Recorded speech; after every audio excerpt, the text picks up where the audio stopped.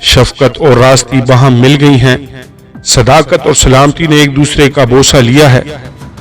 کلام مقدس قرآن عہد نامہ میں سے زبور کی کتاب، اس کا باب نمبر 85، قوم کی فلاح و بہبود کے لیے دعا۔ اے خداوند، تو اپنے ملک پر مہربان رہا ہے، تو یعقوب کو اسیری سے واپس لایا ہے، تو نے اپنے لوگوں کی بدکاری معاف کر دی ہے، تو نے ان کے سب گناہ ڈھانک دیے ہیں، تو نے اپنا غضب بالکل اٹھا لیا، تو اپنے قہر شدید سے باز آیا ہے۔ اے ہمارے نجات دینے والے خدا، ہم کو بحال کر، اپنا غضب ہم سے دور کر۔ کیا تو سدا ہم سے ناراض رہے گا؟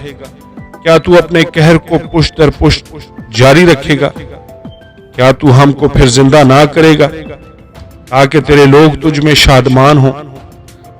اے خداوند، تو اپنی شفقت ہم کو دکھا اور اپنی نجات ہم کو بخش۔